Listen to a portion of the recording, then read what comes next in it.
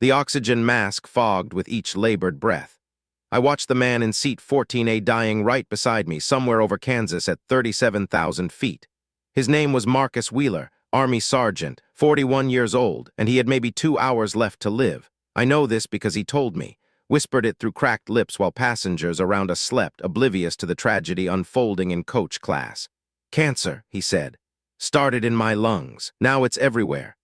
I'm William Ashford, founder of Ashford Technologies, net worth according to Forbes somewhere north of $8 billion.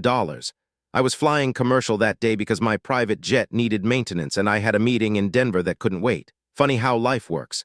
The universe has a dark sense of humor." Marcus coughed. Blood spotted his handkerchief. "Sir, can I get you some water?" I asked, already pressing the call button. He shook his head slowly. "Water won't help where I'm going." The flight attendant came by, smiled professionally, asked if everything was okay. I told her we were fine. She moved on. We weren't fine. Nothing about this was fine. "I got a daughter," Marcus said suddenly. His eyes went somewhere distant, somewhere beautiful. "Lily, she's 9 years old, lives with her mama in Phoenix." I nodded, not knowing what to say. What do you say to a dying man? "Haven't seen her in 14 months. Her mama and we didn't end well. Custody got complicated. Then I got deployed. Then I got sick." He pulled out a worn photograph from his jacket pocket. The edges were soft from handling. A little girl with bright hazel eyes and braided hair smiled at the camera, missing 2 front teeth, holding a stuffed elephant.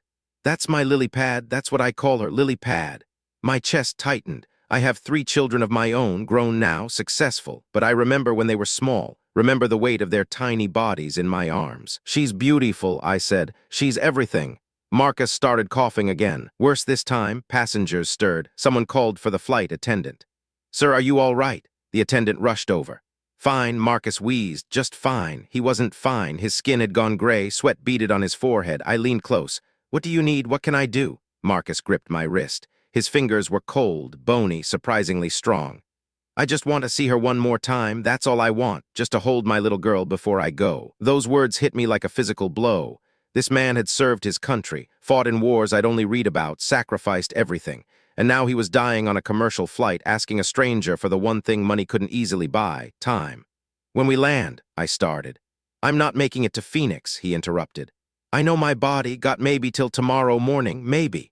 The plane shuddered through turbulence. Outside the window, clouds stretched endless and white, so peaceful, so indifferent to the suffering inside this metal tube hurtling through the sky. I made a decision in that moment, a silent promise, whatever it took. Whatever strings I had to pull, whatever resources I had to spend, this man was going to see his daughter. "Marcus," I said firmly, "I'm going to help you." He looked at me, really looked at me, and I saw something in his eyes, hope, fragile and flickering. "Why would you do that? You don't even know me." "Because some things matter more than money." We landed in Denver 3 hours later. Marcus could barely walk. I called my assistant before the wheels touched down, told her to cancel everything.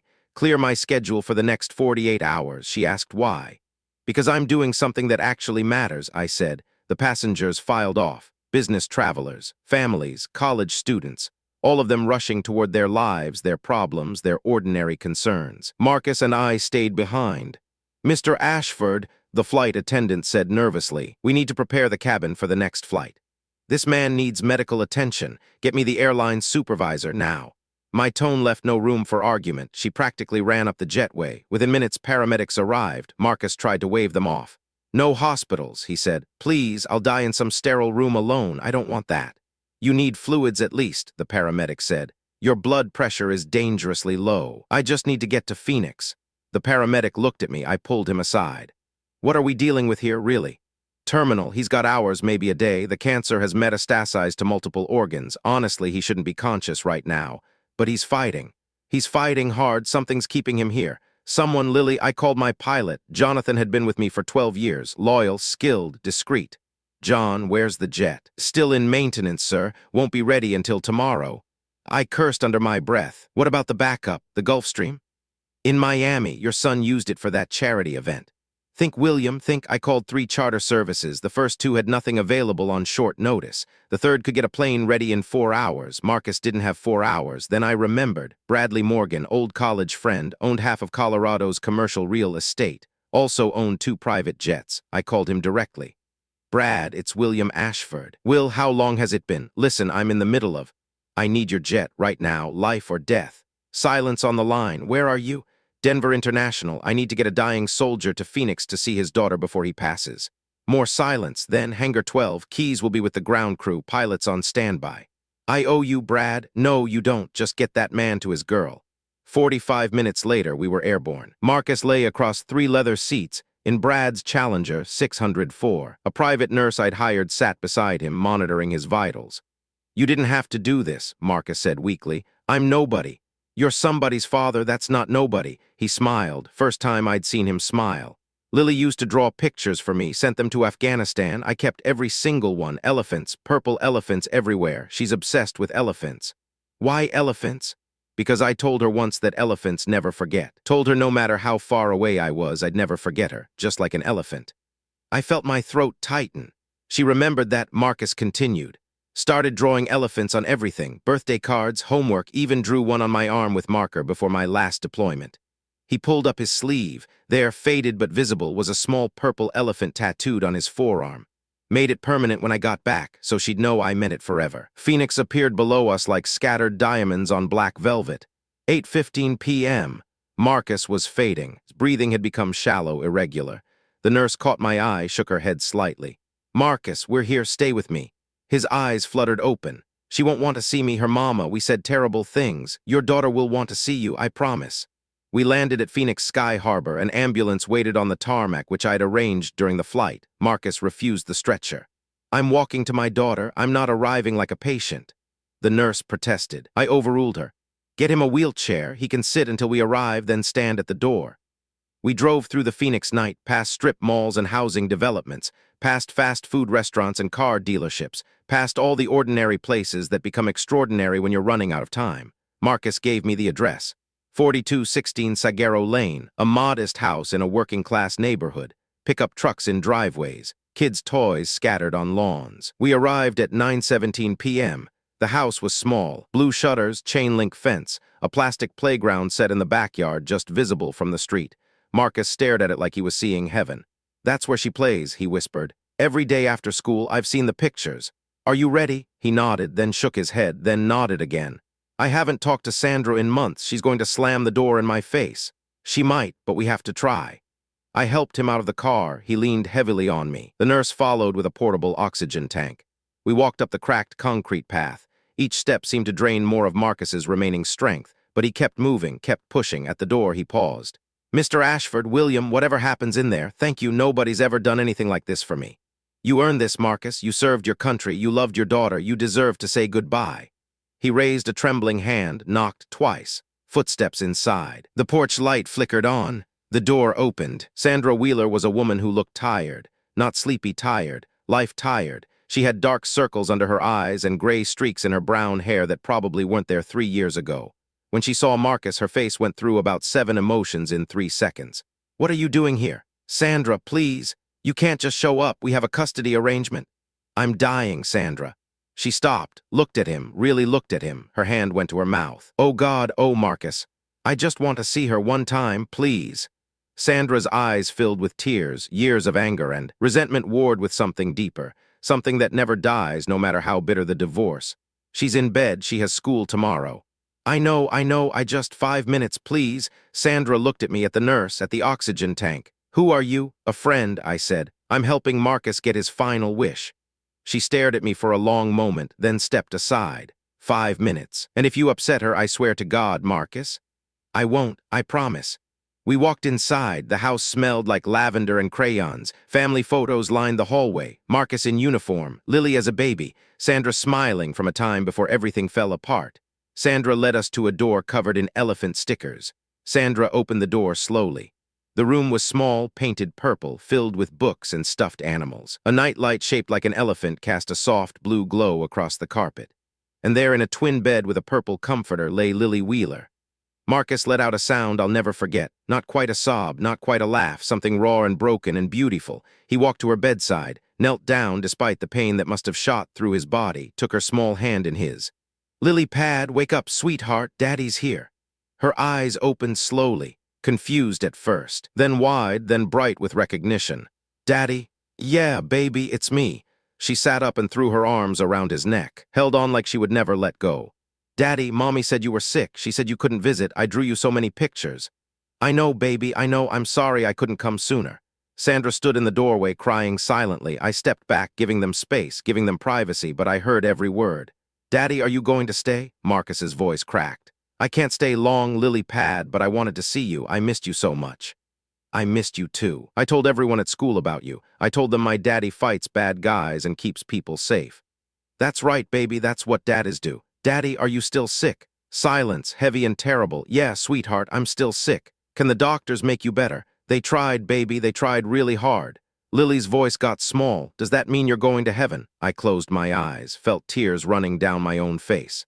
Maybe, lily pad, maybe soon. Will you see Grandpa there and my fish, Bubbles? Marcus laughed through his tears. Yeah, I'll see them, and I'll take care of Bubbles until you get there a long, long time from now. Promise, I promise. Lily pulled back and looked at her father. Even at 9, children understand more than we give them credit for. Daddy, I don't want you to go. I know, baby, I don't want to go either, but sometimes we don't get to choose. That's not fair. No, it's not. She reached under her pillow and pulled out a worn, stuffed elephant. Purple, the same one from the photograph. This is Ellie. She keeps me safe when you can't be here. I want you to have her. Lily, that's your favorite. I know, but you need her now, so you won't be alone. Marcus broke down completely, this tough, battle-hardened soldier brought to his knees by a little girl's kindness. Sandra came forward, sat on the edge of the bed, put her hand on Marcus's shoulder. Lily, baby, why don't you show Daddy your elephant drawings? Lily's face lit up. She jumped out of bed and ran to her desk, grabbing a stack of papers. I drew you one every day, Daddy. Look, this one's an elephant at the beach, and this one's an elephant in space, and this one. She went through them all, 20, 30, maybe 40 drawings. Each one showed a purple elephant in a different scenario, eating pizza, riding a bicycle, flying a rocket ship. But on every single drawing in the corner, she'd written the same thing. For Daddy, I love you. Marcus died the next morning at 6:47 a.m. He passed in Sandra's living room on the couch with Lily curled up beside him and Ellie the elephant tucked under his arm. Sandra sat nearby, holding his hand. I was there too. I hadn't planned to stay, but I couldn't leave. Not until I knew this story had ended. Lily didn't fully understand at first. She thought her daddy was sleeping deeply. Sandra explained gently, held her daughter while she cried, and I sat in the corner of that modest living room in Phoenix, Arizona, watching a family grieve a man they'd lost years before he actually left. I paid for the funeral, full military honors which Marcus had earned a dozen times over, the flag ceremony at the National Cemetery, the 21-gun salute, the bugler playing taps as the sun set over the Arizona mountains. Sandra protested at first, said she couldn't accept charity. It's not charity, I told her. It's respect. Your husband served this country. He deserves to be buried like a hero. She didn't argue after that. I also set up a trust fund for Lily, for college, for her future, for whatever dreams she wants to chase. Sandra doesn't know about this yet. She'll find out when Lily turns 18. Some might call that overstepping. Maybe it is. But when you have the means to change someone's life and you don't, what does that make you? I think about that flight a lot now. Seat 14B, right next to a dying soldier. Pure coincidence that my jet was down. Pure coincidence that I took that specific flight. Pure coincidence that Marcus happened to be assigned the seat next to me. Or maybe not coincidence at all. Maybe the universe puts us exactly where we need to be, exactly when we need to be there. Maybe every stranger we meet is an opportunity we're meant to take. I built my fortune on technology, on algorithms and innovations, on buying companies and selling them for profit. I thought that was success. But sitting in that modest house, watching a dying father hold his daughter one last time, I learned what success really means. It means showing up. It means being present. It means using whatever power you have to help those who have none. Marcus Wheeler taught me that. A man I knew for less than 24 hours changed my entire perspective on life. I visit Lily every few months now, bring her elephant-themed gifts. She calls me Uncle William. She's 11 now and she's doing well, making straight A's, playing soccer, drawing elephants still. She keeps Ellie on her shelf now, retired to a place of honor. Daddy's watching over me from heaven, she says. He doesn't need Ellie anymore. Sandra's doing better too, got a promotion at work, started dating again though she says she's taking it slow. The anger is gone from her eyes, replaced by something softer. Sometimes, tragedy has a way of healing old wounds. I'm 72 now, not young by any measure. But that flight taught me I still have work to do. Not building companies, not making money, building connections, making moments. Every day I look for my Marcus, someone who needs help, someone forgotten, someone dying with an unfulfilled wish. And when I find them, I make a silent promise. Just like I did on that flight over Kansas. Thanks for watching.